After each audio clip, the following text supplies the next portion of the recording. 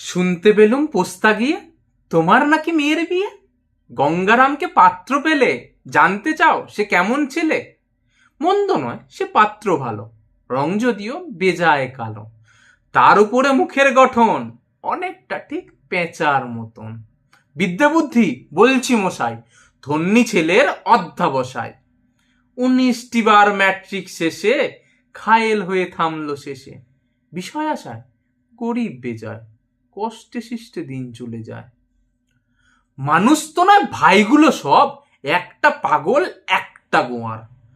আর একটি সে তৈরি ছেলে, জাল করে নোট গেছেন জেলে। কনিষ্ঠটি তবলা বাজায়, যাত্রা দলে 5 টাকা পায়। গঙ্গারাম তো কেবল ভোগে পিলের জরার পাণ্ডুরোগে। কিন্তু তারা উচ্চ ঘর, কংসরাজের বংশধর। শ্যামলাহিরি বনগ্রামে কি যেন হয় গঙ্গারামের। যাই হোক, এবার পাত্র পেলে, এমন কি আর মন্দ ছেলে?